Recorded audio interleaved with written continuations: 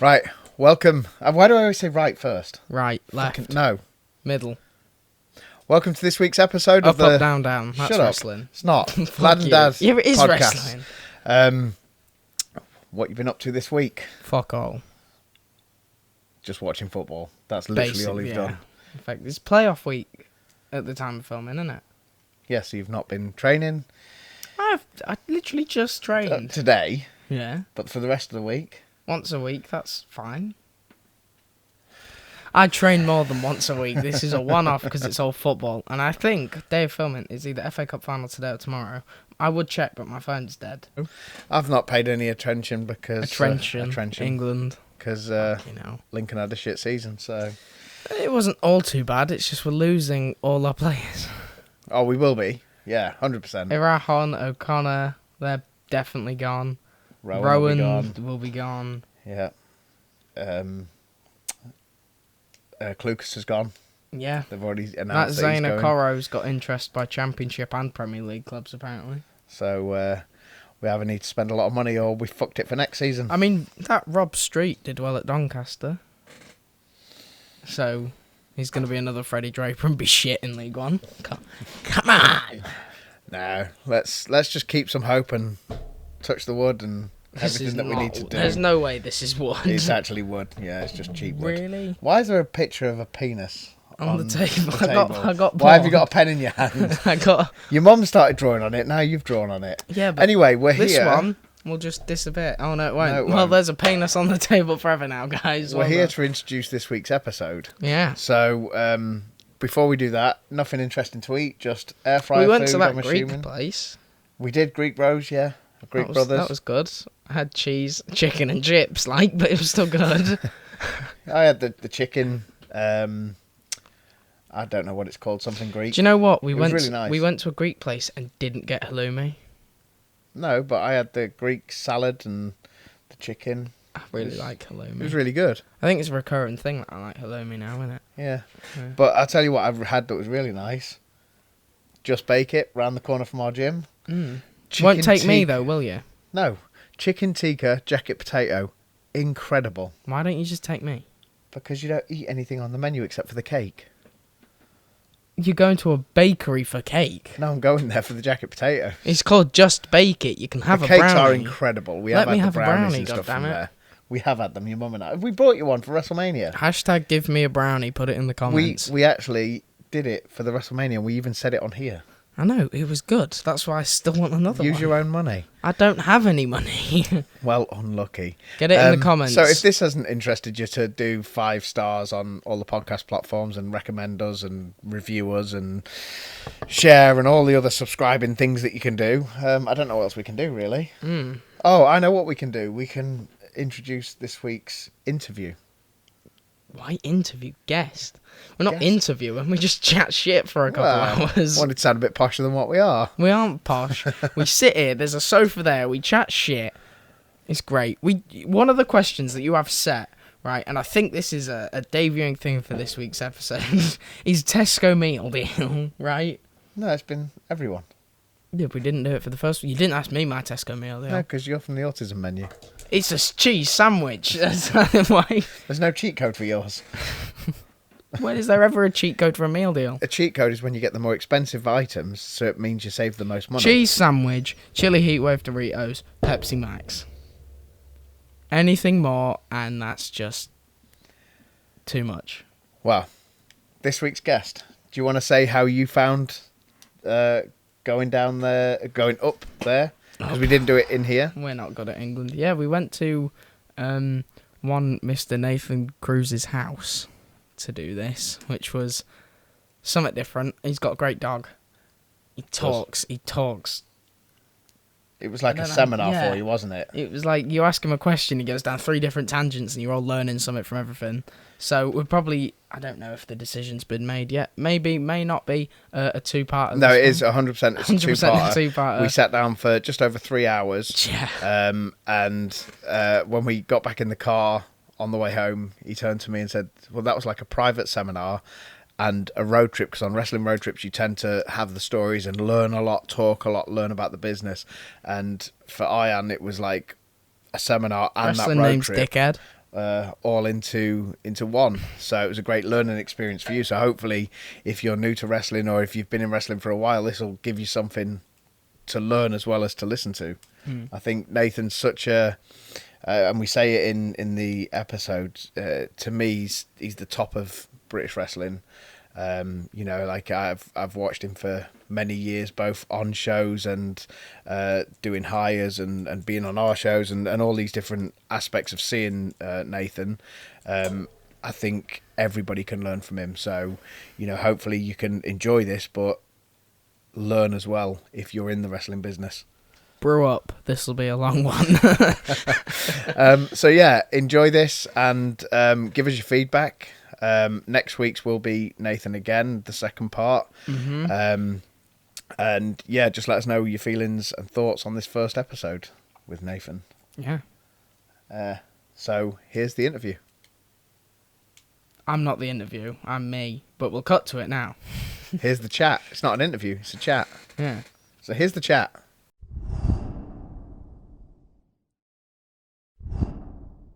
Right, hi, welcome back, and we've got our guest, Mr. Nathan Cruz. Hey, how's it going, guys? It's like the quickest intro we've ever done. Wow, We filmed the proper intro. We've smashed that, Jesus. So, how you doing? I'm good, man. Life's at the moment incredible. Like, it really is. Like, feel very blessed. I've got a lot of stuff going on, opportunity-wise within wrestling, but then also my personal life. Me and my wife recently got married, so I'm just living a dream. Like, yeah, like cloud nine.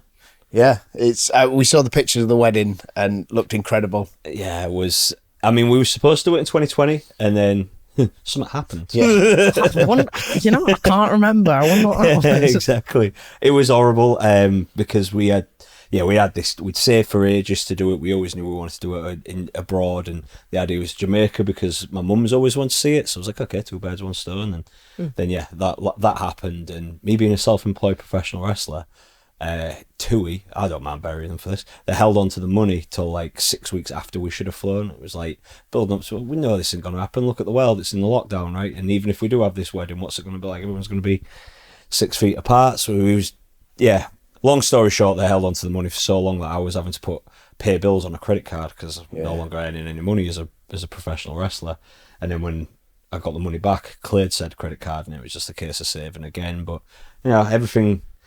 I always have the faith everything happens for a reason, right? And whatever that might be, I like the timing right now, as mixed as it is. It's just I'm just so grateful because I think of like how bad things got during those COVID years. For me personally, like I've only ever been a pro wrestler. That's I've had little jobs here and there, but like when it comes to a trade or anything like that, I'm an unskilled worker. Like, my skill is pro wrestling. So it was real. There was a real bad time there between like. Coming out of the lockdown and like I was just and to see now like where my life has come because since then it's it's just I'm just lucky every day. Look at her as well. I don't know if the camera can pick her up, but yeah, Pepper, she's my little beagle. She's cuddle up to me. Might be able to just spot her. She moves her head every now and then. I'm sure. You know what? We can whack a picture in. Yeah. I'm sure that's a him job, if the postman comes, they'll hear her.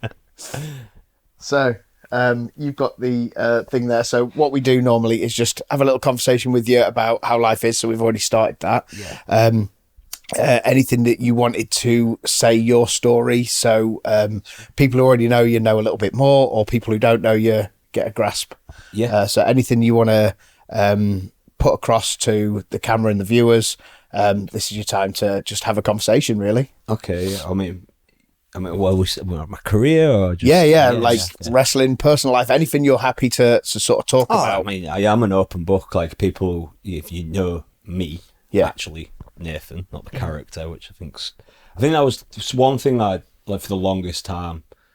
People did because I mean you know like the type of wrestling I do. I want to make it as believable as possible, and that doesn't just mean in my actions in the ring.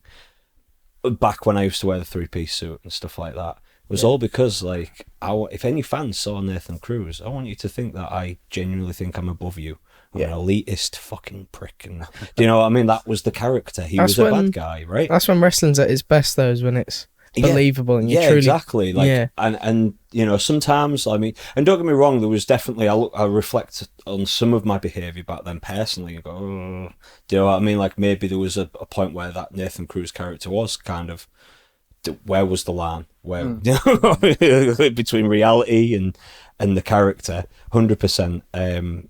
But yeah, that was like the big thing for me back then, was always, I just wanted everything to be as believable as possible. Like, so if you're getting a bad guy version of Nathan Cruz, you're 100% getting, yeah, do you know what I mean? Like, you'd see me after the show, you'd see this, and the 3-piece suit thing all just started because when I first started with All Star Wrestling, like I said, I had I've had little jobs in between. So one of my first little jobs when I left college was working in a call center, and I had to wear a suit to that, right? So, and then one day I was finishing work, I had to go meet the car in Leeds and then go to the show.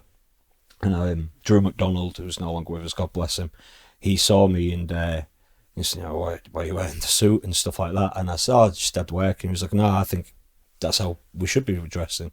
It's like, if we show up looking like slobs, he was like, we're supposed to be stars of the show. And it always stuck with me. And at the time, he was the European talent scout for the WWE. That was why this is where I want to get to. So I was like, well, if Drew's saying it, right, I'm listening. And that was where the start of that all became. And, you know, a lot of that professionalism and that ethos, it came from not just Drew, but the All-Star team, of how they, you know, it was a full-time job. You were on the road the vast majority. I mean, we did, I think it was like 120 days a year was the amount that you'd be away, but then you'd obviously be doing 2 or 3 shows a day in some of those as well. So there was just a professionalism that was always carried there that I loved and I respected, because it was like, it's a fun job, but it's still a job. And that was where I really learned that from, and that professional mindset and that attitude towards it. And any brushings that I had with WWE, you know, in that early stage of my career, it was like affirmed by them that is how things are. Do you know what I mean? Like, silly things that I never would have thought of, like brushing your teeth before a match. Sounds so, like, the first time I seen people doing that All-Star, I was like, oh shit, this is, you know, right. And when someone explains to us, like, yeah, do you know, like, how close we've got to be to each other, and like passing messages in the ring and stuff. Yeah, do you want somebody with onion breath breathing into your ear, or do you want somebody, you know, minty fresh, and just little things like that? Was like, yeah, there's, you know, your personal hygiene really, and I mean, not that I was a scruff or anything like that. Like, I'd always spray deodorant and a bit of scent before I made sure I'm clean.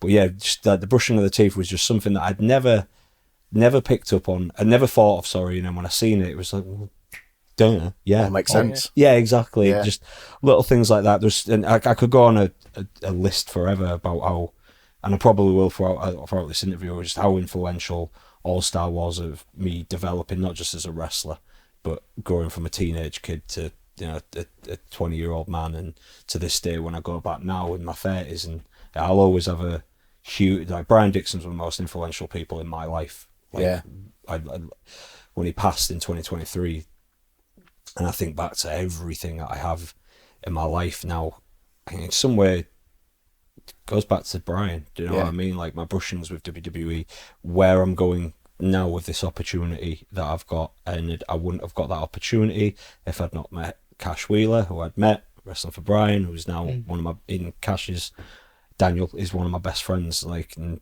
I feel so, you know, again, got all that from Brian. If he'd not given me that opportunity at 19 to make this my full-time job, and things that I did in wrestling after, I always remember John Briley and Jim Smallman, who started Progress Wrestling. They said the reason they chose me as their first champion is they came to watch an All-Star show at Gravesend, and I was on it, and they were like, he's our guy. And again, if it weren't for Brian, I wouldn't have been part of, and that is British wrestling history. There's no one can ever, like, unless they annul my first championship victory, like, that's never going to be taken away. That's always going to be something that's going to be remembered, and particularly because of the boom that we had in British wrestling in the early 2010s, and Progress was such a huge part of that.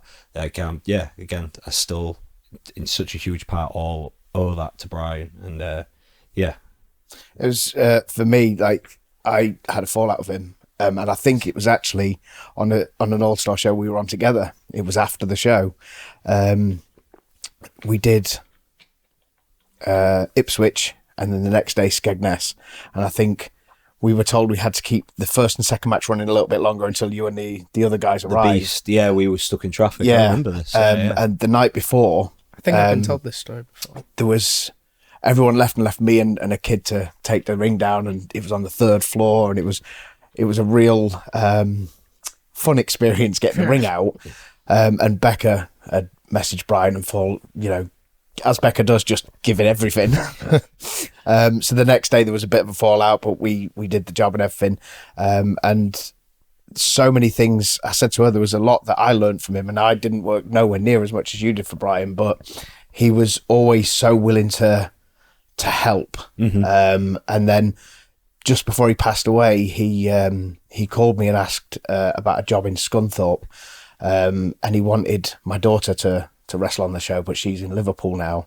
Okay. So we used Aidan Drake, and he went there, and I actually got the chance to speak with Brian, and we made up, and it was amazing to say, like, before he passed away, we actually managed to just bury it all. I mean, that was one thing I loved so much about him. He never held a grudge. I had fallen out with Brian a couple of times, and over one thing or another, and he'd always just, what's the point in holding on to a grudge? And and like, God, I wish more promoters were like him. Do you know what I mean? Like, I've had Brian screaming at me one day, and then the next day, okay, Cruz, good job, and just shake my hand, and it's like, yeah, he was just a great, for those who actually got to know him and work with him, and like you just said, learn from him. Like, his knowledge is invaluable. Like, and people might have this, and I'll always say it's a false perception of like, or All Stars, it's pantomime wrestling, it's this style of wrestling. No, it ain't. I love that clip that's been going around recently, Daniel Bryan's, saying like how much he learned from Butlins, and then you'd go do the town shows where you could really like wrestle a bit more seriously and stuff like that. And again, like, it was never, when people have that false perception of the camps, firstly my question is, okay, have you ever done them? And who did you do them for? Because All Star, like Brian, the moment I got there, his thing was you got 15 to 20 minutes action. He wanted that match going, and he wanted excitement, he wanted the people entertained, and then it's on you. If you want to just go out there and rely on Boo Years and Cowboys and Indians and stuff like that, that's your development. You're putting a ceiling on where you're going to reach. For people like myself, Daniel, Cash, John Schuyler, all these guys that came over, Hiromu Takahashi from New Japan, like, I remember, and Tony Spitfire, who's a British wrestler who doesn't get anywhere near the credit that he deserves for how good he is, particularly at the British style. Like, well, we're going to work hard, because we respect that man. B, we respect this company and how long it's been running, the people that have been through the door. And also for us, we wanted to learn and get better, right? We're only going to get better by challenging ourselves. You stay within your comfort zone, that's on you. And there's a way to meet that where it's like, okay, this, entertaining the people and convincing them of, what this is. And it could be people that have never watched wrestling before.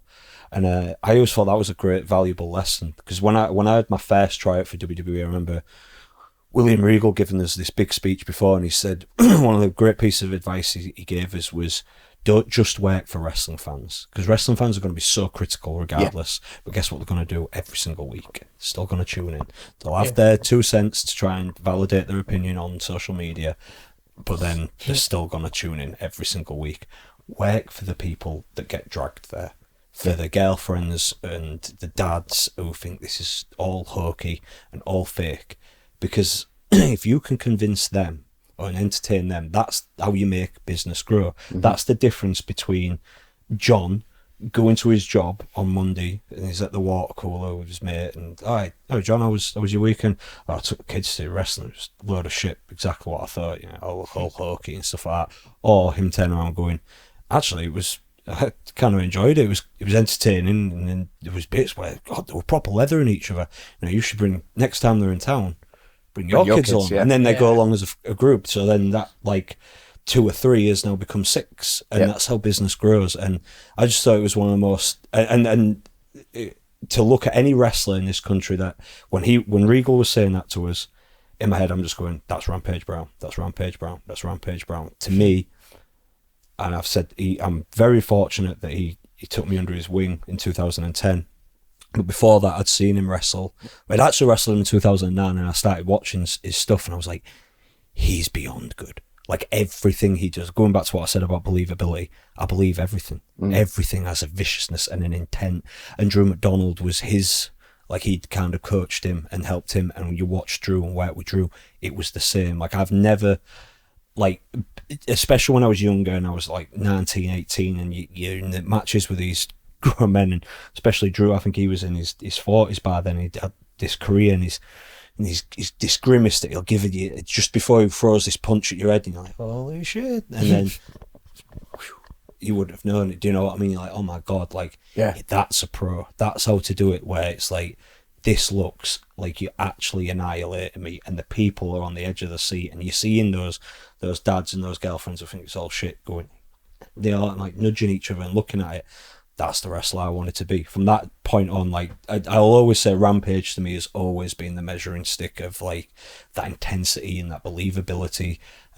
He's just supreme when it comes to that. Incredible to watch. But again, with yourself, like, I think I've said it to you personally, like, just watching either of you two, no matter how long you've done this for, I think we always learn something just by watching you guys. Like, when you've been matches together or separately, it's from both sides of the coin, from the audience, where it's like, you'll see when Rampage throws a punch, people Wince. duck away and wince, and they're the ones who don't believe it. Yeah. You know, but it's the same way. I remember on Twitter, and I'm not a real Twitter guy, but there was a post that was done about a smarter fan who, I think he said he wanted to stab you by the end of the match. Yeah.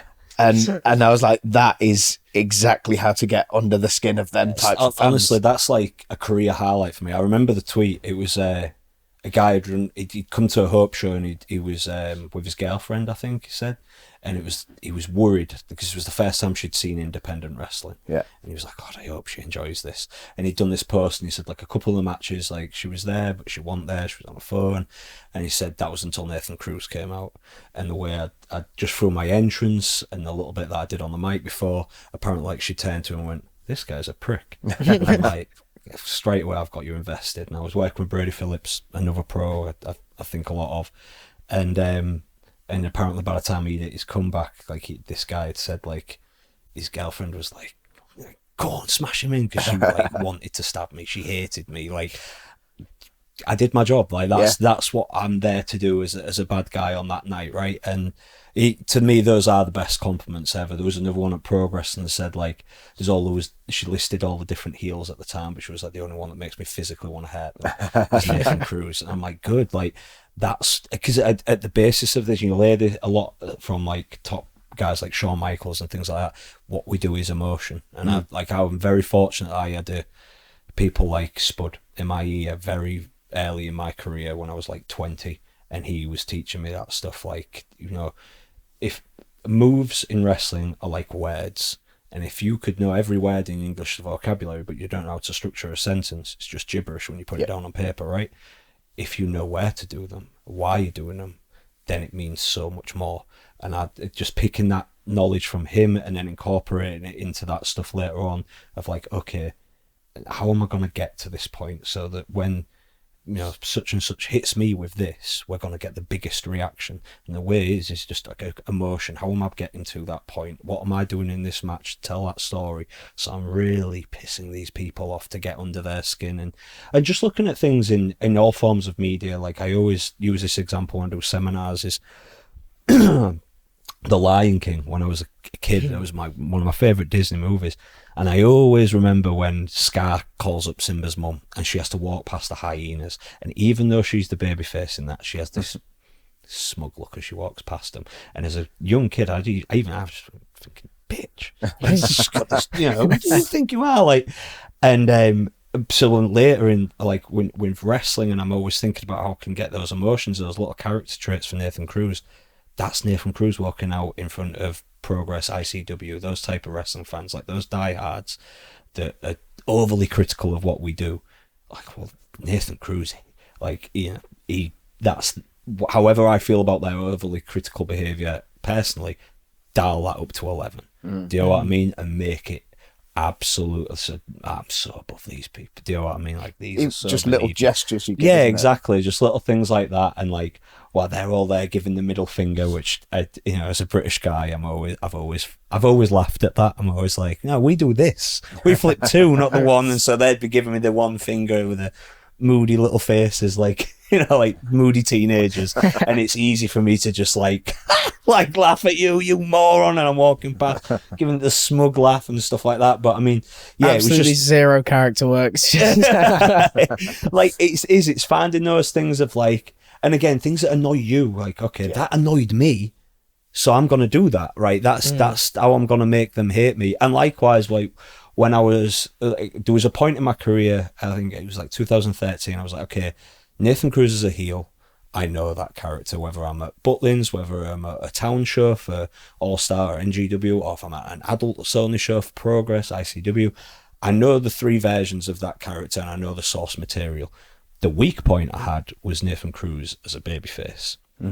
At that point, like, I'd predominantly worked as a heel. I knew that, but as a babyface, it was a flaw. And NGW had just written me out for like 8 months with the idea of me coming back as the big babyface to challenge Rampage. So, okay, I've got an entire summer with Brian that I normally would be working heel. And it's, Brian, do you mind if I work as a babyface this year? Sure, we've got a bunch of Americans coming over, Nathan, you can work with them. And, I'd met Daniel the year before in 2012, but 2013, that was when we kind of got put together a lot. We were on the road together, rather wrestling against each other, or being a tag team together, or tag teams against each other. And John Scarlett was another guy, like, again, same, like, those would be the two Americans that I'd be working with the most. And just the three of us just, like, just hit it off, like, do you know what I mean? Like, I'd already had that rapport with Daniel, but it was the first time I'd met John, and us three just like hit it off. But again, they helped me so much find that as a baby face. And my favourite baby face in history is Sting. So at first I was just like ripping everything off of Sting, right? But then I was like watching James Mason and like watch him again, believability and how he'll connect to an audience. And Robbie Brookside is another one, like a great lesson I had from Rob a few years before that. When you start with All Star, you wouldn't always just wrestle. Sometimes you'd referee, and I was refereeing a match. And there was the Liverpool lads. Anyway, the heels are cheating, and then Robbie comes in illegally. So me as the ref, I'm backing him off, and he's proper screaming at me like, "Just turn around!" You're like legitimately, like as though he is wound up about it, and like proper fire to the point. I'm like, "Am I doing something wrong?" Yeah, you know what I mean? Like juvenile as I was at that age, and then, but just after, like, I remember having a real brief conversation with Rob about it, and he, like, it was like, "Well, have you ever watched football?" And because he's a big football fan, I'm not so much a big British football fan. I prefer American football. But he was like, you get, and he was like, you get wound up, don't you? You get fired. You want to have a good. You'll argue with the referee because you're arguing your case. Yeah. You should hear the guy who sits behind us at the football going at the lino. Right. But it's legit, right? So you get that. So I was like, well, again, one of those moments where the penny drops and like, duh, yeah, obviously, like, why would you not fight your case just because you're the good guy and you've always got to be, okay, referee? And like, no, show that you've got fire, show that you've got fight, because that's what people really do want to cheer for. Like, they want to cheer for the hero that's going to point out the injustice. And again, something so small that I remember learned as a referee, but then when I became, like, when I was doing that run as a babyface for NGW, that was something. And that summer when I was really trying to find Nathan Cruz as a babyface, like, all those little lessons that I picked up was just like clicking into place. And I think that was why it was so easy for me. One, because I'd worked as a heel, so I know what I want a babyface to do. Yeah. I can now do that, right? I can put myself into positions and things like that. But having that fight, having that grit, having that determination, and not always being the guy who's selling and crawling for the ropes and stuff like that can be important at the right time.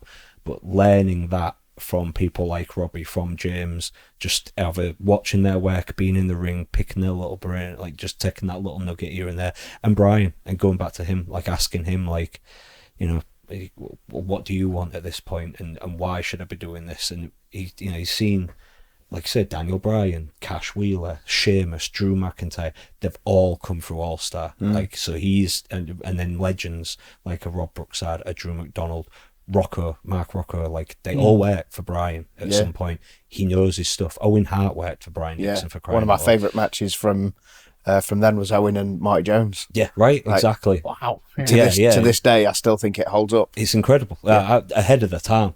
And that's the thing. Like he'd learned that, and now he's just passing on that knowledge. And you know, he knew what he was doing. The guy, you know, he passed away as a millionaire. He's the only British promoter, to my knowledge, who became a millionaire from promoting British wrestling and was running consistently for 5 decades. I think they're in like their 55th year now. Amazing, just an absolute. Just can't say enough good things about him. It's something you said. I think I remember you speak. Well, I do remember you speaking to someone backstage. Someone had asked for some advice or something, and you were giving the talk of something you don't like that aggravates you for their villain work. Right. And I was like, I hate people who chew loud. So literally just not even being involved in the conversation. Like, I'm going to chew my chewing gum to the ring because Obnoxious. Good, man. I pissed myself off doing it. Good. I was like, right, I'm stealing that. Like. And again, like a lot of what you're saying there, I know some of our trainees watch the podcast and listen to it. I try and say to them, like, find relatable things. So football's a great analogy I use a lot of the time. Or if you've been in a real fight, like, how would that feel? What would you do? Would you just lay down and drop to the floor? Or, you know, so many things there that you're saying are going to be relevant to anybody who's learning the trade. Like a free little seminar for you here. I know, right? This is great. You said that what you said there about being in a real fight. I mean, I had telling people to go out and look for fights. Don't ever do that. I mean, I'm much like I said, I came from a council estate. Like I scrapped a bit as a kid and stuff like that. Quite often with my best friend Matt Myers. But you know, it's just part of that and growing up and going through testosterone and stuff like that. And always. I think for me as well, coming from a council estate, I don't mind mentioning this. My dad had an alcohol problem. My mum was doing what she could to keep. We didn't have money. Do you know what I mean? And for me, that's always been another part of that character, that I was always kind of the kid on the outside looking in. Yeah. And again, like that can go one way or another. Like the legitimate me was, okay, this is going to motivate me to go a bit further in life, and not that I'm knocking my parents or anything. I love them dearly, but I knew that I wanted something else than this. I wanted something beyond that. But then the other side to that is you can be a total prick about this, like Danny Lugo, Pain and Gain, the movie that I love, and his mentality of it was like just bits that I took from that, where I was like, again, that's Nathan Cruz. He's the kid on the outside looking in, but like that's how I can interpret it as be a bad guy with it. I can be a bit of a, just an asshole. You'll step on anyone. Yeah, exactly. Anything. I will do anything to get to my definition of success, whether it be winning this match or whatever it might be. Like that's the idea where that came from. It's always those little things of like, and going back to what you said there about being in a fight. Again, not advising anyone to go and look for trouble, but getting into competitive sport. That was something I wish I'd done. I was a performer. I was big into acting as well. I met with my wife, but I wish now I look back and I go, I wish I got into like even just kickboxing or boxing or rugby. Just if I'd played stuff like that with my mates, but never like got into sports. And I think that's a big part of it because it teaches you to work as a team, which is vital to this job. Secondly, you have that aggressive competitiveness comes out of you. Like when I started getting into the little things like that just through the gym and meeting people, like bits of boxing and things like that, like you kind of, again, that clicks a bit more. And like you said, ever been in a fight, like again I could relate back to like when I was younger and like how did I actually react in this fight, and do you know what I mean? Like I think those little things again sometimes can be lost, and 9 times out of 10 it's those things that define good wrestlers from the ones that people want to buy a ticket to see specifically wrestle. Do you know what I mean? Because there's a believability to them that you can't coach. It's just going to come through because some point in their life that's happened. It just clicks. Yeah. And so it's muscle memory. It's acting. Like I mean, that was something that I did learn from acting was think back to points in your life where you felt an emotion. And is it an emotion that works for this wrestling match? Is it something that you can... Yeah, there's so many instances in my career and moments where I'm like, okay, that's applicable to this, that's applicable to that. And which side of that story am I on? Am I the story that actually happened to me, or am I the story of the other person? Do you know what I mean? Yeah. And having the wherewithal to be able to think like that. And it might sound like I'm overanalyzing these things, and at times I know I'm guilty of that. But I think that is why I am such a detailed guy with my wrestling and stuff like that, is because, you know, that's how I see it. It is physical theatre. It's a performance. But it is all the little details that make the big story, isn't it? It's Yeah. whether it's little Easter eggs or just little twitches of the lip that go so far. I remember the nights were really helpful to me for such a long time. Absolutely. And I remember Julia saying, the way you sell is too much. It's too hokey. And there was a little exercise they drew with me to see what would happen in real life, which I hold dear. And I can imagine that going then very I got well. Becca to drive up to a nightclub where I was working on the door. And I said, back then I had a lot of anger issues, and I was like, right, I think I was off all the illicit stuff. I might have not been, I can't remember.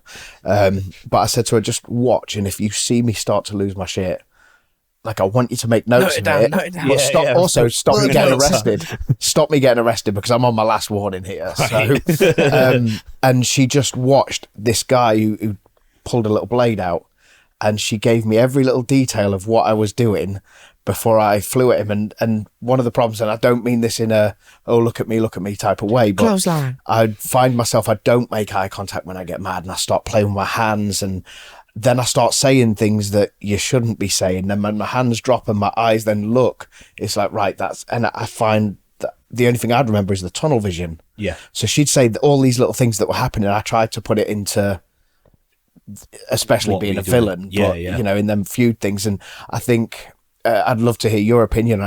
Too many people, when they're coming in, they maybe look at wrestling as their only source of how to do something, rather than like take inspiration from a movie, because you've referenced a couple of movies now, or real life football, other sports. Yeah, they'll emulate what they're seeing on TV. A similar example, and again with selling, I'll always remember this. I always just take a turnbuckle, like, boom, big production, because that's how I'd seen it on TV. Mr. Right? Perfect Cell. Right, do you know what I mean? Like a big head snap and stuff like that. And you see that all the time with people in wrestling. I'll give two examples. The first one I'll give you is like a story myself. So my ex-girlfriend years ago, I'm walking down the street with her, I'm holding her hand, I'm talking to her, and she's not responding. Why are you not answering? It's because she could see that I was about to walk into a lamppost. And so as I'm talking to her, poof, like this, and I'm like, oh God, because I see stars for a moment. And then she's like, oh, you okay? Thanks for letting me do that. But at the time I remember thinking, okay, that's how I react to my head getting smashed into something. So why am I selling this turnbuckle like this big? Do you know what I mean? I understand we have to turn it up because we've got a town hall full of like hundreds of people. But okay, this is how I actually react. So let's turn that up. This is how I legitimately react to these things. And that was what, like, again, started making me analyse how I'd sell to be a bit more realistic and stuff. Like, I always loved how Sting took an eye poke. One of my favourite matches is Great American Bash 1990 against Flair when he wins the title. Watch when he gets poked in the eyes. Instead of doing I hate when people sell down as though they've just been punched in the face from an eye poke. What's wrong with you?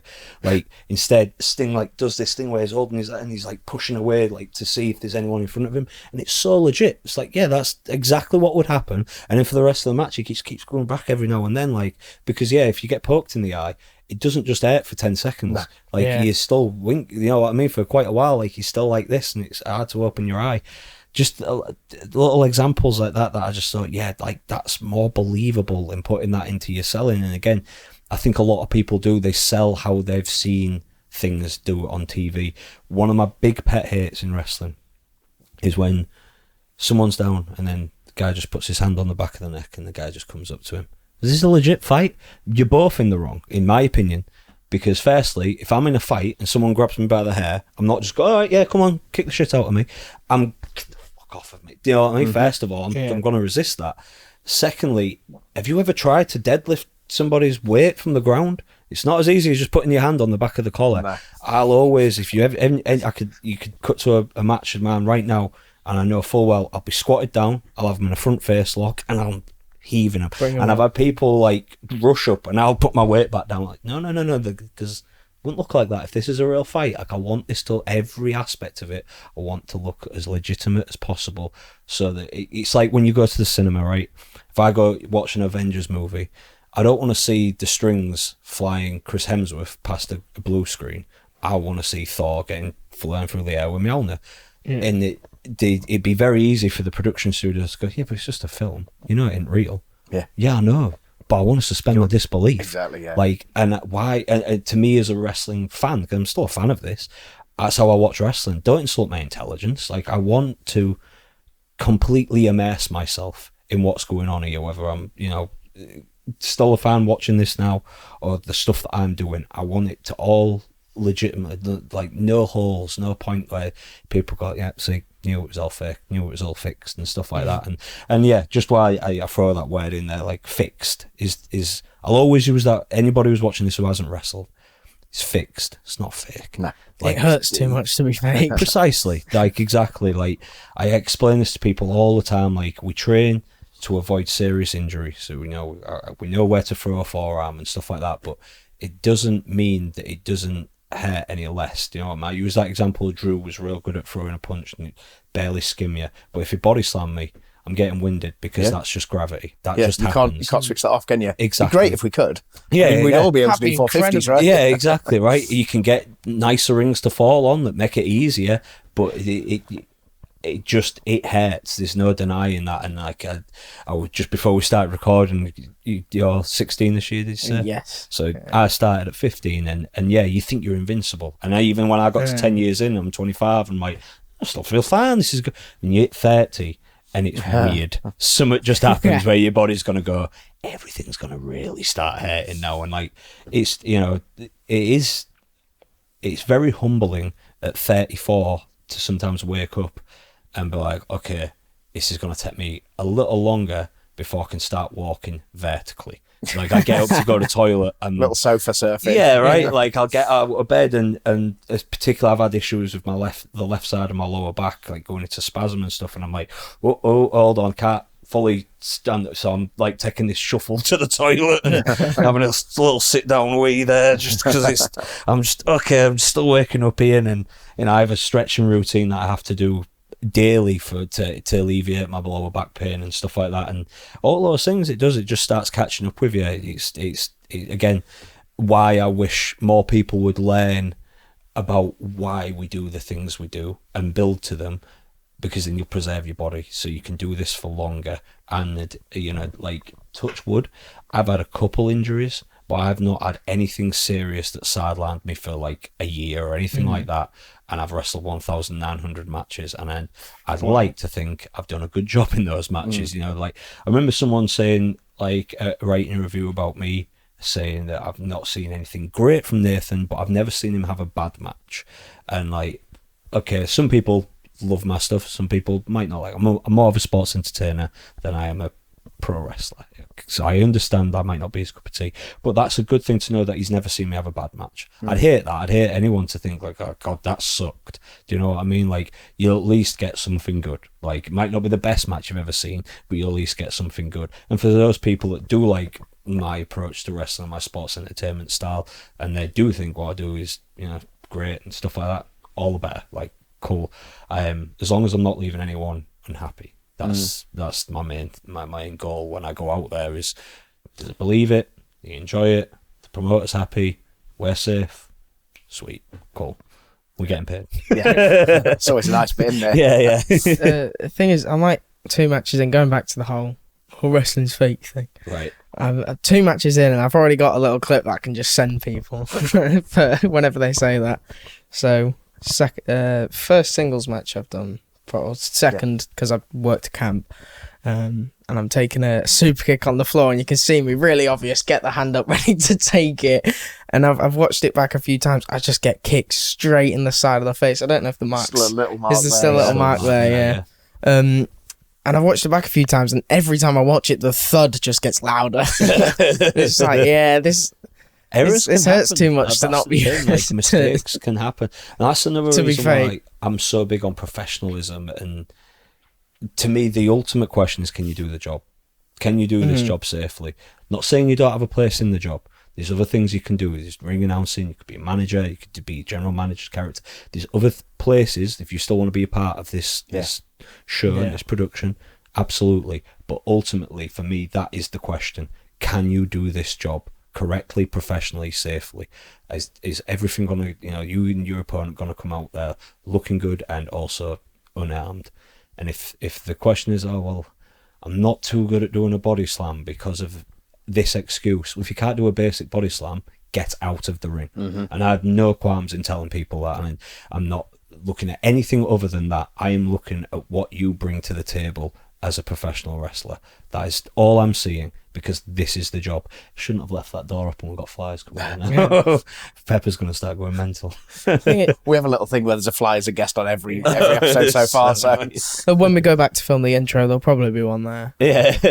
I understand, like, the merit behind, we should bring someone in to include these people. It's a good thing. Yeah. But it should be for the right reasons as a whole, instead of just this will make us look better. Like I said, I don't think anyone you shouldn't be excluding anyone for that. Yeah. I mean, that to me is disgusting. Like, if you're going to exclude someone because of their sexual preference, you're a dickhead. That's the. But if you're excluding someone because they're bad at the job, it's just because they're bad at the job.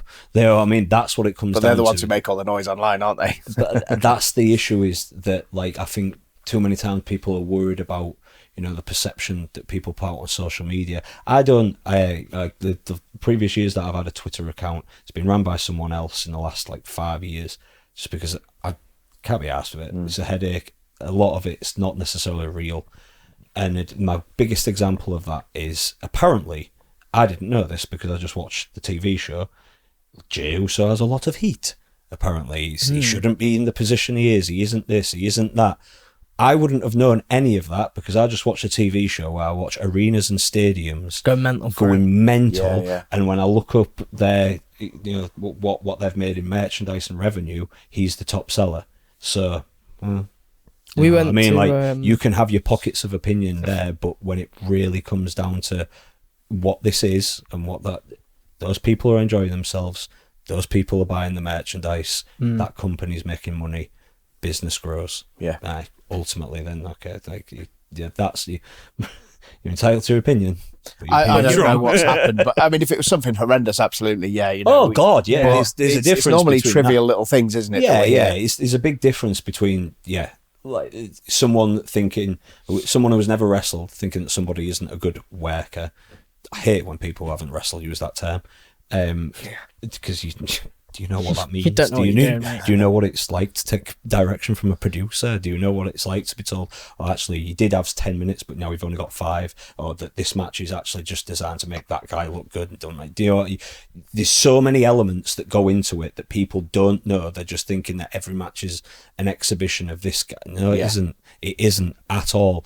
Quite often, it's an entire show working towards something. Do you know what I mean? Or like certain segments or certain matches in a certain storyline are only happening for this reason. Little cogs to make the whole wheel exactly. move. And you can have your star rating in your opinion right now, but in a few weeks it'll make far more sense to you. Do you know what I mean? Like, and then if you just sit back and just go, enjoy the journey, see where they're going. Do you know what I mean? And I ain't saying that they're always right. Like, there's been fumbles that, at a WWE level, at a top stage level like that, there's always going to be fumbles because, and this is the other thing. You can't make everyone a megastar. And it's always, wrestling's so subjective. Yeah.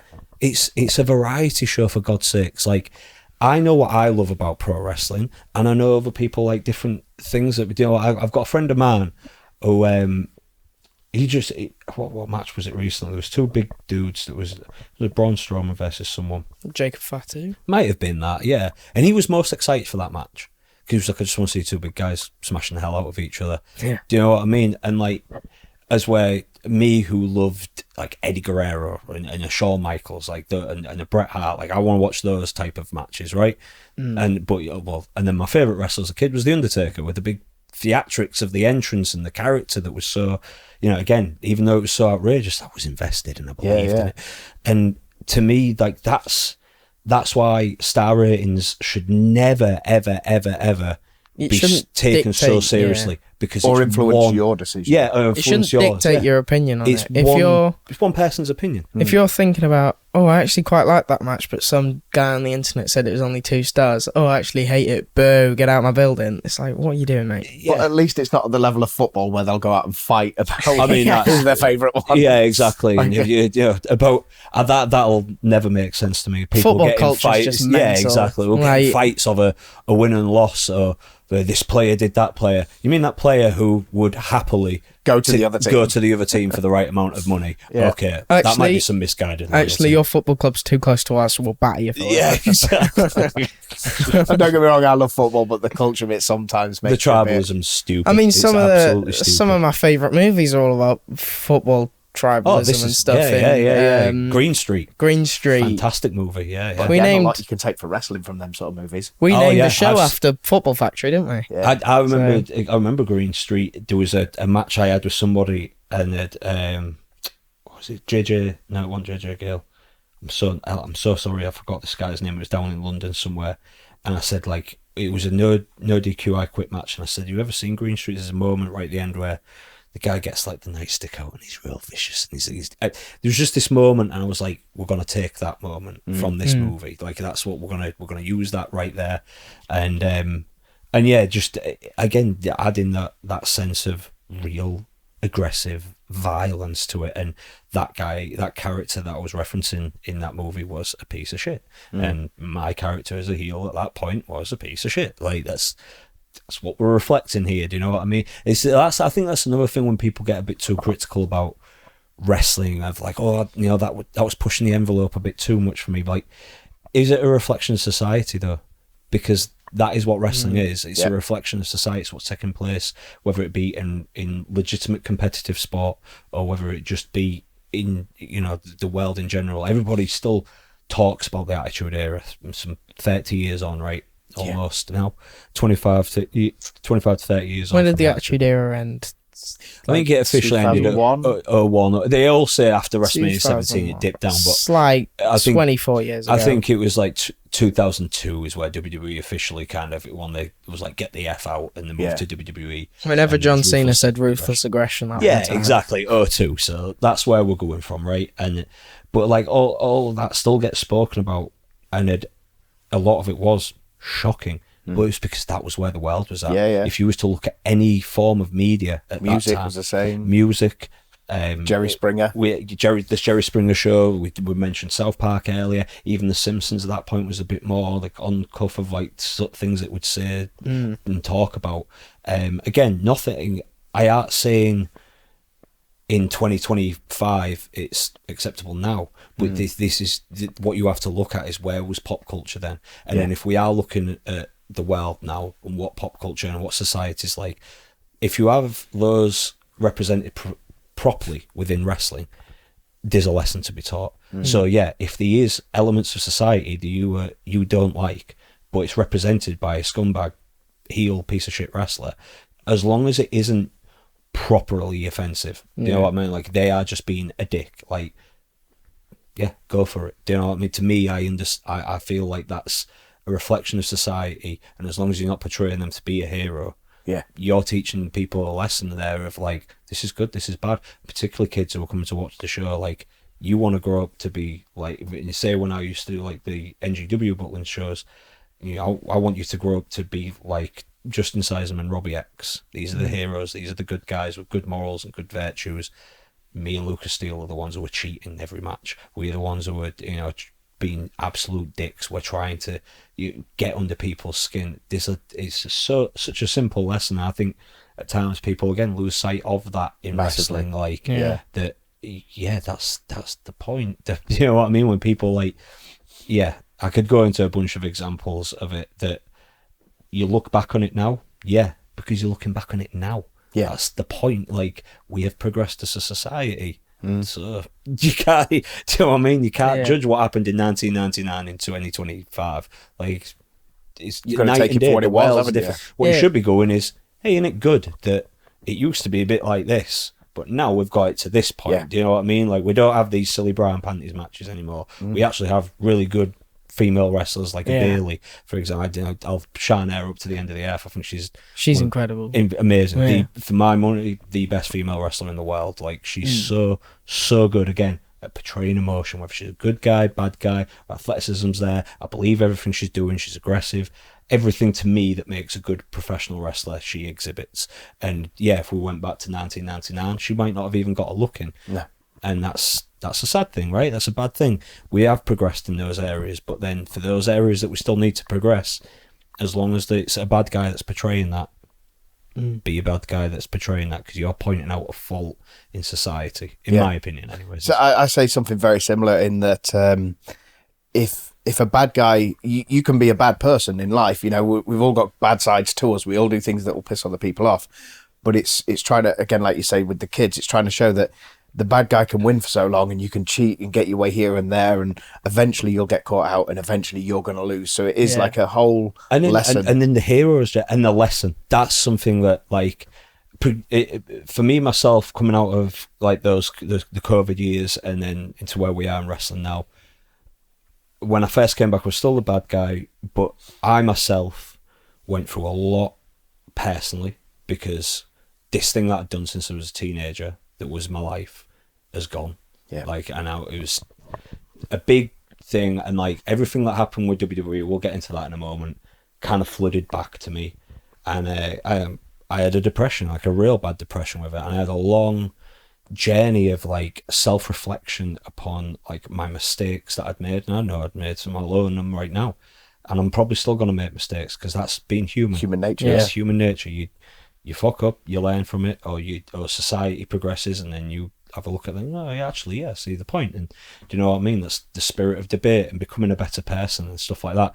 And I was kind of like, I always say wrestling emulates reality, in that I ended up then getting booked as a good guy. I gave it, the audience most naturally changed me as a good guy pretty much everywhere, whether it be NGW, BWR, for you guys, like anything I'd done previously, I was a villain. It was like, now it was just a WAW, it was the same thing, like, and I was like, okay, yeah, this is, again, like, teaching that lesson to people of, you can be a bad person, make mistakes, but that shouldn't be the end of the road. If you've got the right people around you, do you know what I mean? And I'm not saying I was like a bad person. I'd made some mistakes, yes, because I was young and stupid and whatever, but you do grow up and you do change, and with the right support around you, you can be a better person. And that's a vital lesson that everybody should be like, you know what I mean? Like, you shouldn't be held up on something, you know, a mistake you made a decade ago, something like that. Like, obviously there's the severity of it. Yeah, there's degrees,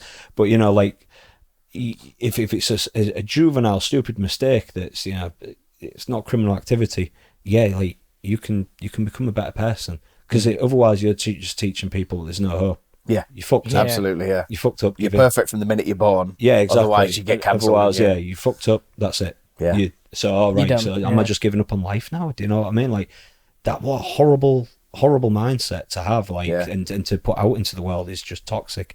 Like I mentioned, Matt Myers is my best friend, and since he stepped away from wrestling, he's got into doing a podcast called Renew, which is about people who've overcome addictions, and some of their stories and the things they do.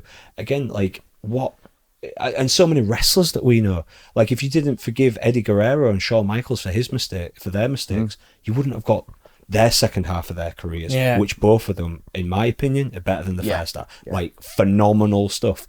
Like, but are we gonna just go, oh no, you made Stone Cold made some very, very bad mistakes in his past? Again, are we just gonna always judge him on that, or we're gonna judge him on the person that he's become?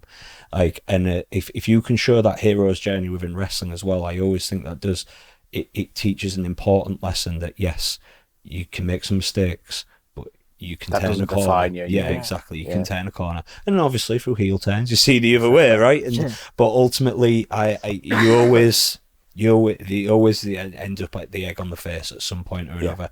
Even that long-lasting bloodline story that we saw with Roman and stuff like that. Eventually, it got to WrestleMania 40, and it got to that moment with Cody. And I mean, I'll be damned if there wasn't thousands of people in that stadium, some of them in tears of happiness. Again, trust the process, trust what they're teaching you. And then also at that point, that rapport that Roman had built up with the audience of being a consistently great performer and always making them feel something where it's like, yeah, welcome back, dude. Yeah. We acknowledge you. We love you. Like, do you know what I mean? Like, it again, just that hero's journey. I think it's such an important. Carl Jung is a great philosopher that I've discovered in like the last 5 years, and his whole thing is about the hero's journey, and a big part of that is about making mistakes. You have to make mistakes to learn. You have from them. to. Yeah. Otherwise, you're just cruising along in life and Yeah, exactly. Yeah. Cruising, there we go. yeah. I mean, I know for myself, I've made loads, and you know, I'd like to think now I'm not so much of a bad person. Like we all have to do it because you know it's and some it'd be boring if we didn't as well, wouldn't exactly. it? It's part of growing. Some people won't make as many as others, and some will. You know, that's the thing. Like some will make more than others, some will make, and it depends what life throws at you and how you react to it. And also again, just like how the world's going to change. There's a big part of me that knows full well that at some point cancel culture is going to come around and cancel itself out, because you're going to get, and rightfully so, you're going to get held up for pack gang mentality, because that's you've targeted one person online and as a group gone after them. You know, sometimes absolutely unjust. Like online was not the place for it, and that's toxic. You've made something worse. You have worsened the situation, and absolutely. Like particularly people I know who've dealt with addictions and substance abuse, and then they got called out on certain things like that, and I'm like, oh, like you should be calling this person out, but this person who's dealing with an addiction. Yeah, I was literally going to say it. There's one or two people through wrestling who have been cancelled, and okay, I will say from my addictions that I've had, it's kind of a choice that you take a pill or you take whatever. There's an element of choice to it.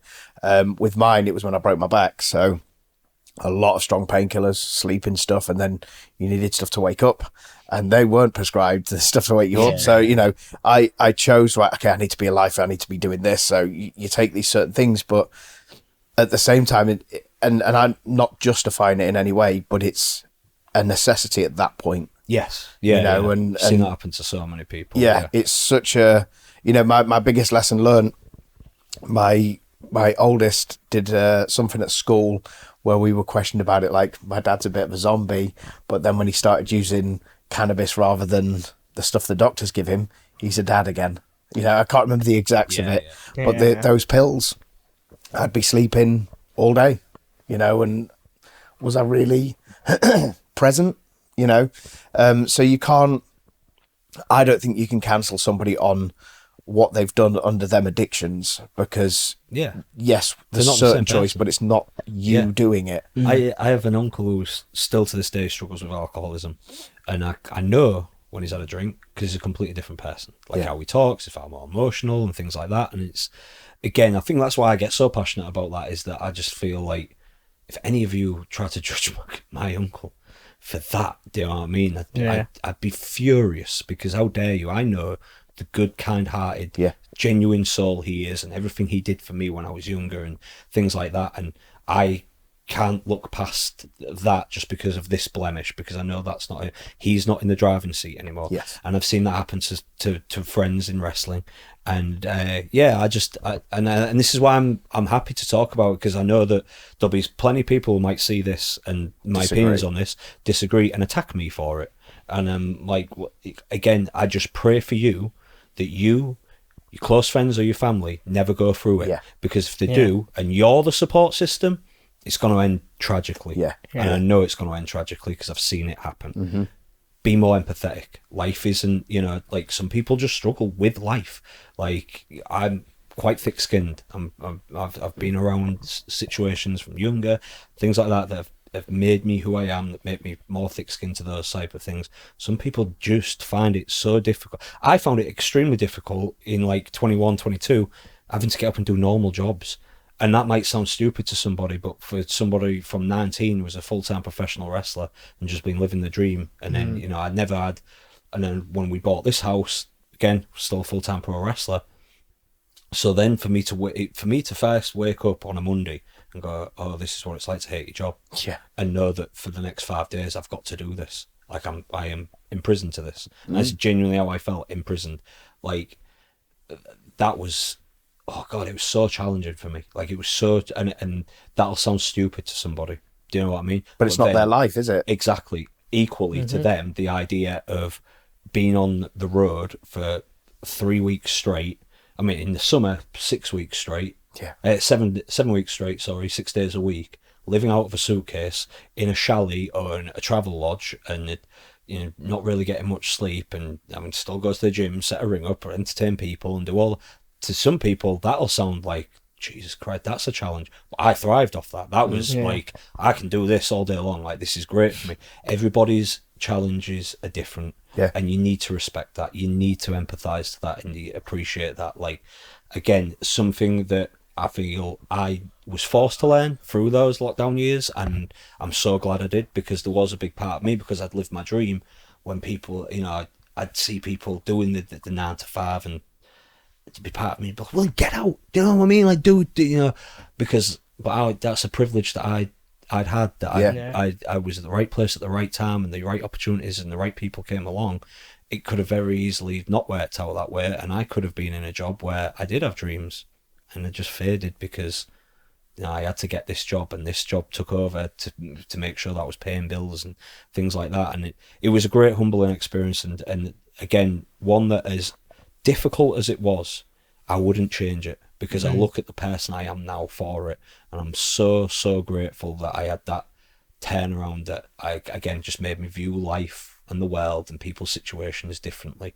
Again, just lessons that I feel like more people just be empathetic to people, man. Just be empathetic to people. You don't, and particularly wrestling fans that just see the character. They just see those 20 minutes that see their wrestler in there, or even online, and 9 times out of 10 that's a work as well. Like, you don't know that person. You don't know the past. You don't know what they're currently going through. Like, and there's a lot that that a lot of people have that I've seen happen. And again, that was one of the reasons why I decided to cut off social media at one point, when I was like really going through that challenge of like, wrestling's just a part-time thing that I do now for the first time in my life, and that was a big adjustment for me. Like, and I kind of felt defeated by it, a bit of a failure, and then again, like, everything that had happened with my WWE medical in 2016 kind of came flooding back, and I was just, God, again, makes me so grateful that I'm wearing this ring, that she stood by me, and she was my support. And Daniel, who I've mentioned, he was there for me. Like, when I stopped believing in myself, he still believed in me. Matty kind of offering his like insight from his industry, like his work and stuff like that. And not that I had any addictions or anything like that. I was just depressed. Like, I was in a deep slump of depression, because I remember just thinking like if this is my the rest of my life, I don't want to do it. Do you know what I mean? I didn't want to do it. Like, it was like, this is a video game, I'm turning it off and bored. This isn't enjoyable anymore. Like, this is shit. This is just waking up, paying bills. I'm getting an hour or so with Gemma on an evening, ain't enough. I barely get to see Pepper. Like, all those things. It was like, and for what? Like, at least with wrestling, when that was happening, I could justify it by saying, this is what you wanted to do since you was 10 years old. So, okay, it's challenging, but this is the life you chose. When it's forced upon you, it's something so different. It's a different animal. And again, to a lot of people listen to this, it'll just be white noise, because it's what they've dealt with, and I get it, and I empathize with you more so than I'm far more patient now at, like, if I go to Starbucks, I'm like, that's for this with pouring cream, for Christ's sake. God, I can't even get this job right. You got no hope. Like, now I'm far more empathetic with that situation of like, God, it must be mundane doing, making 1,000 cups of coffee a day. And do it, knowing that you've got to do this the next day and the day after that. Like, and again, all we're seeing is part of that person, that may be a character that they have to put on to go to work, isn't it? Well, you don't know what's going on in their lives. You have to. You're dealing with people. Like, you wipe your feet on the way in, you wipe it on the way out, right? Well, the person who's coming to buy an Americano doesn't know what you're going through and doesn't need to know, and you shouldn't be. Like, again, you're dealing with the public. I know when I worked at gym reception, and again, I was going through that, but people come in, hey, how's it going, mate? You all right? And like, I'm putting on a brave face, and we've got 2 for 1 on the creatine or whatever it might be, and I'm just having a chat with them. But deep inside of my head, I'm just like, what the fuck? I'm working behind a counter at the gym. Yeah, like, I was, I was on path to WWE just 3 years ago, and now I'm doing this. What the fuck? Like, just biggest but again, it just taught me such a valuable life lesson to just be just empathetic towards people, and when I can see people that not just need the help but want the help, okay, if I can in any way, shape or form, what can I do? Like, do you know what I mean? Whether it be, here's this book that I read and it helped me. It might help you. That's and it will, but it might resonate with you. And if I can do that, I want to. If I can help people within wrestling, you know what I mean? God, I want to, because again, I look back on all the people that helped me, that all-star team that I've mentioned. You know, like the first summer I did, I'd go out, I'd be wrestling a Japanese guy called Shadow Phoenix, who was trained by Ultimo Dragon, and he was a different approach to wrestling than I'd ever had. So I was learning from that. And as soon as I come back from the curtain, Rampage is waiting. Okay, you did this wrong, you did this wrong, you did this wrong, you did this wrong. Okay, thank you. And then we'd get in the Beast, and I'd film all my matches. The Beast was the big 8-seater car for people who don't know. And I'd record all my matches, and I'd sit in the back with Robbie Dynamite, who, when I used to go watch All Star as a teenager, he was my favourite wrestler. And we'd watch the match back and pause that. Have you ever thought about doing it like? And he'd critique me, and I'd have Robbie Brookside there occasionally. At that point, he wasn't as frequent on the team, but if I ever had him there, but Rob, like, how do you do this? You know, he was the one who taught me how to do a European uppercut with like vicious intent and stuff like that, and Frankie Sloan, God, I could go on forever for all these guys that but just being able to pick those brains, and Brian himself.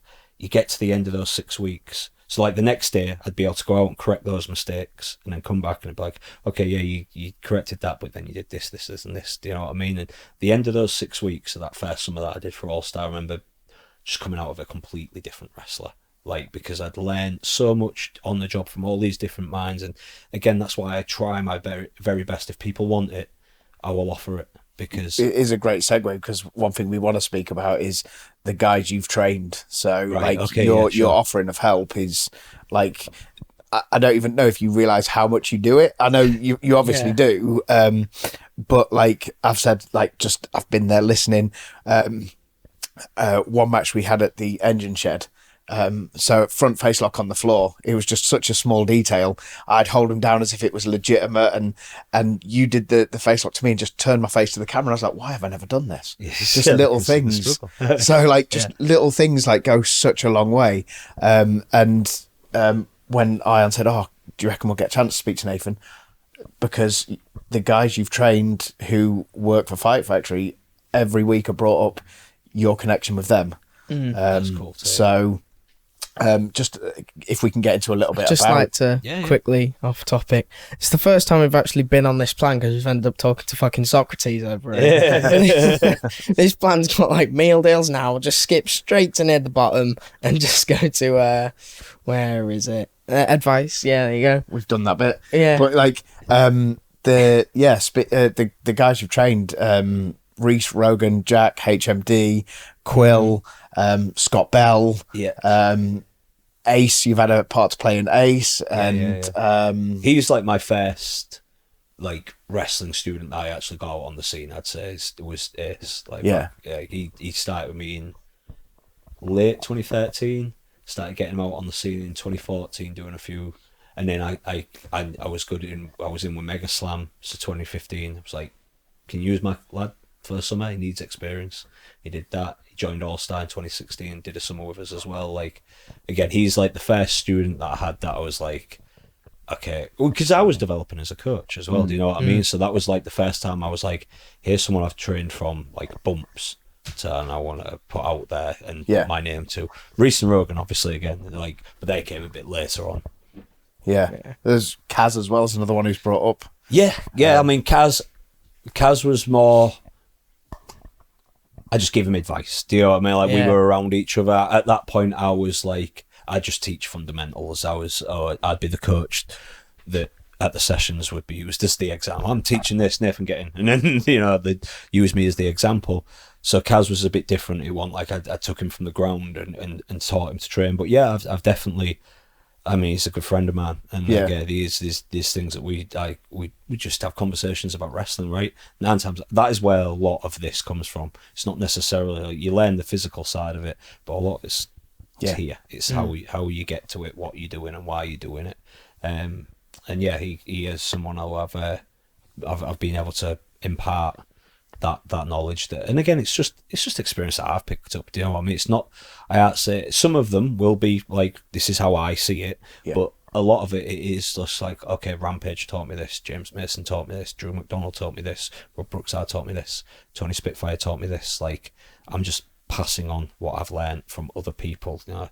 And in recent years, again, coming out of COVID, I've been very, very blessed to have FTR really look at my matches more frequently. I mean, Daniel, he has done for a long time. He'll always like pass his bits to me, but getting access to Dax recently in the recent years has been a game changer, because his mind is like, it's like when you meet the professor. You know what I mean? Like, oh wow, okay, I thought I knew some stuff, but like, you really, really do get, like, yeah, you can, things that I wouldn't think about that he'll find in my matches. I'm like, fuck yeah, dude, of course. Like, why have I not thought of that? And again, it's always kind of been like when Cash gives me feedback, but yeah, just again, if I can take that knowledge then and pass it on to a Reese and Rogan, who particularly, I know how much they look up to FTR.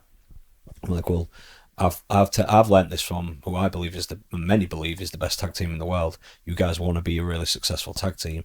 Here's what they taught me. Here's, you know, when I was doing the Origin at Progress, so they were like 2016, that was when they were still the Revival, but they was really getting, that was when people were starting to notice, like, you seen what they're doing in NXT because it's next level. And I was like, okay, I want us to be that at Progress. So, hey, Dan, like, how are you approaching this match? And he'd give me like ideas of like, okay, this is what we try to do to make our baby, because as heels, it's all about how you make your baby faces look good. They need something to overcome, right? And for you to gain heat from that, you need, again, to make them look good. And he'd just give me so many great examples on how to do that and how to build to moments and things like that. And again, if I could then pass that on, like I put it into practice, I see how it works, and then we go to a Butlins, and okay, so now it's me and Lucas Steele, and we're against Adam Axted and Robbie X. Okay, lads, this is how I figured this bit out, and I learned it from these guys, and let's put this together and make a thing. Here she comes. Chasing them flies, Pepper. Yeah, it's on the guys you trained. It is your name is regularly brought up, whether you're on our shows or not. It's hi mate, very regularly brought up, and I don't know. Again, if any of our fans watch this, that they need to see the person behind it in a lot of ways. Thank you. So, honestly, I mean, that means a lot to me. Like, I love seeing those little bits of, I guess, my DNA, I guess, in little places like that where I see that come through and people acknowledge, like, oh, it was that. I mean, it's very flattering, but it isn't why I do it. Truthfully, why I do it is because I have had the best life doing British wrestling, and then that was never my goal. My goal was to be a WWE superstar. I got into British wrestling for that, right? Yeah. And on the way, I madly fell in love with this, and I've seen it done to a professional standard where I know you can make a full-time living out of this because I've done it. Like this, you know, this mortgage, my cars that I've had, they're evident to that I was able to supply a life that people think, oh, you can only do wrestling part-time. Like, no. There is a path to this if you do it right. Do you know what I mean? Like, I would at the height of my, like, I'd say where my career in the UK peaked, NGW had local TV in like 7 different areas of the UK, and I was their champion. So I was learning how to work TV.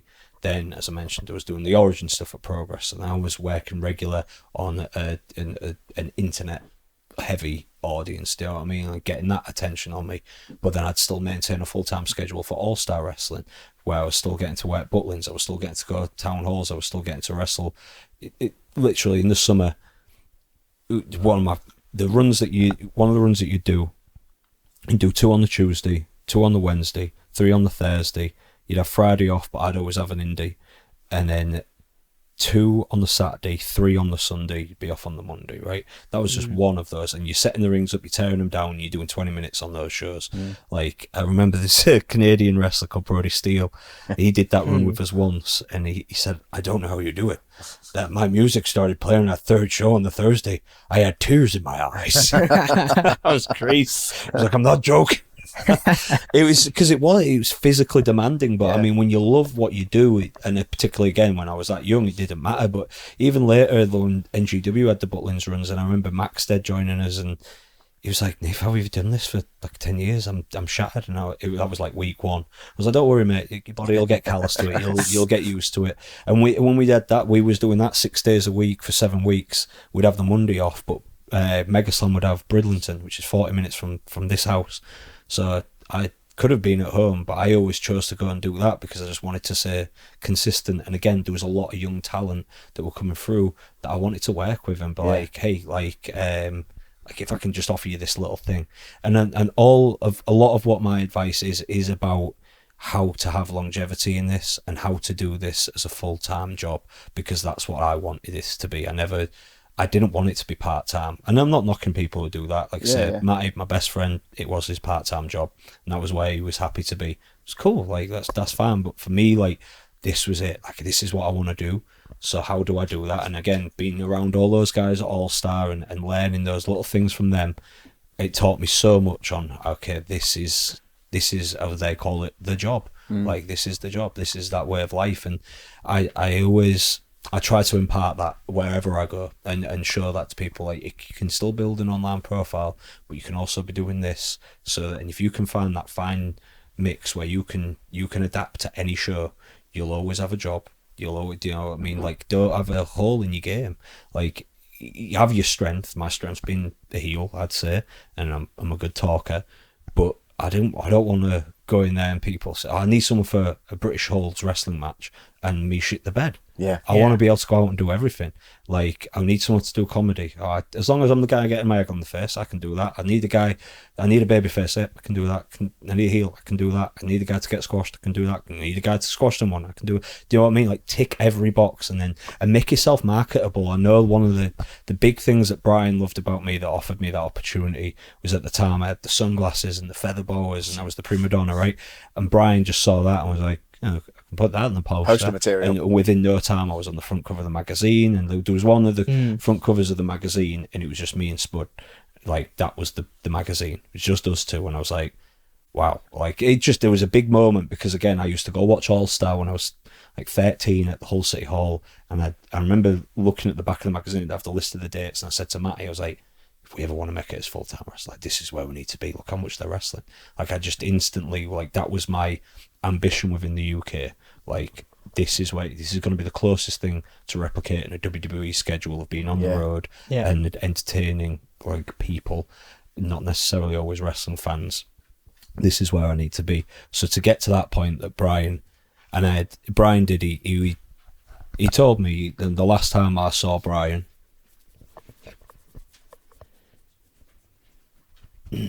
he was real complimentary, and Brian didn't throw out compliments that often. Like, you know what I mean? Like, he would just be, okay, very good, and you wouldn't always know, like, unless it was bad.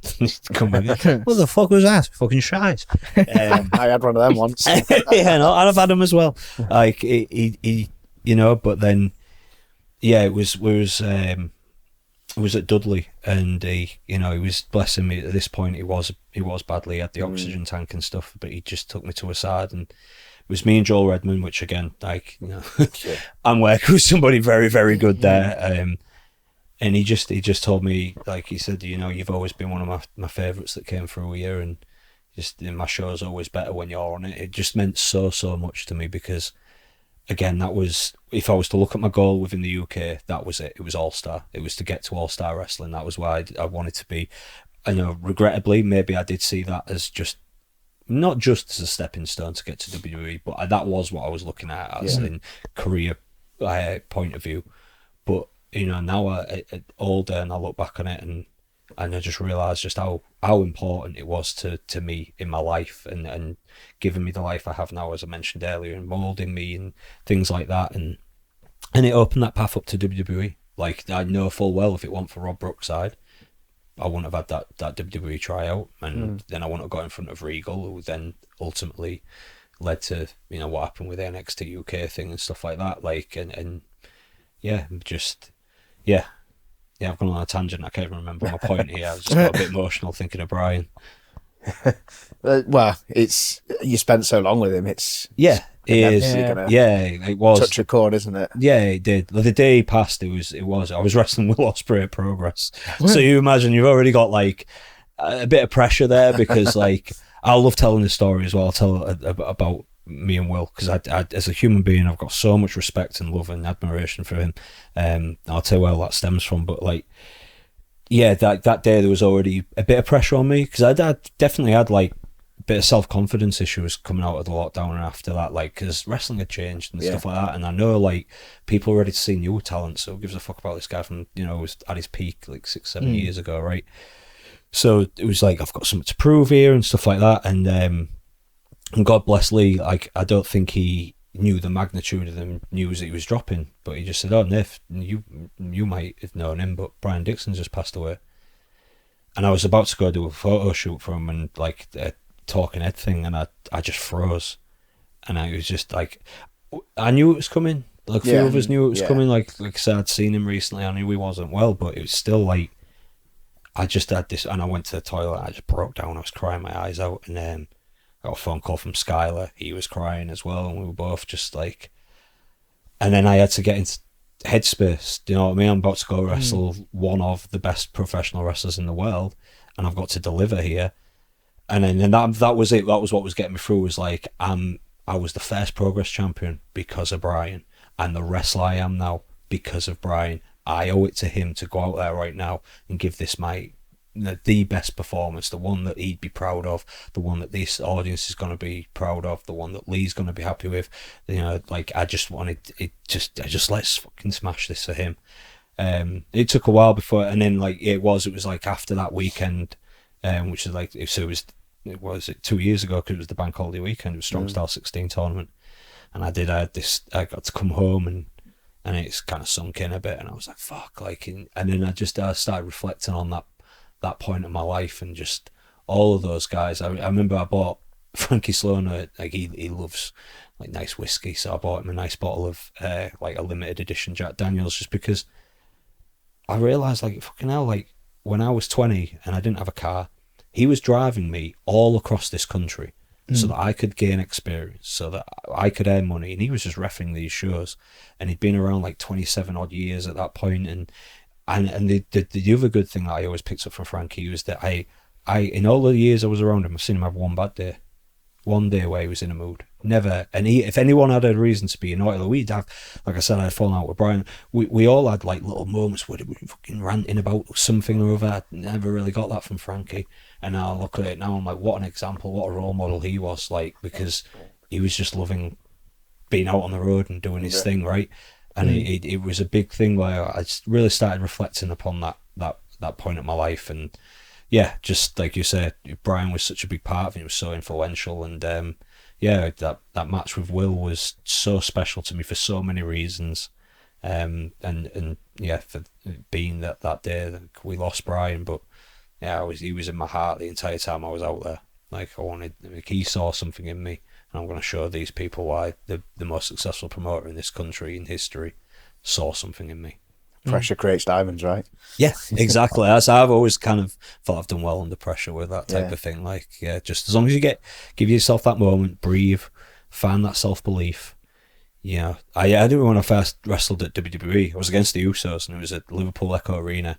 And before I went out, you know, you're in Gorilla. Like, I was teaming with Justin Sizemore, who at that point had not been wrestling long, and he was like, kind of hoping, like, this gonna get me through this. So I'm like, fucking hell. But like, I got in the ring and they were playing the advert for like the WrestleMania 30 DVD Blu-ray, and so the lights were out somewhat, and I just had this moment where I was like, yeah, for 8 years you fucking grafted at this, but you deserve this. Show them you know what I mean. Like, and it might sound cockiness, it might sound arrogance, but you need that self-belief. And it's pivotal moments like that, like, they can't be doubting your head. That's intention, man. That's you taking the universe and saying, like, this is this is it. This is why I've been fixated on this and I've worked towards, and I deserve this.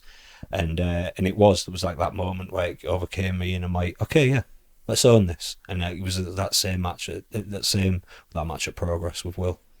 I think if you show doubt, everyone can see it. Like if you feel it, everyone can see it. It shows. Yeah, so you 100%. Have to.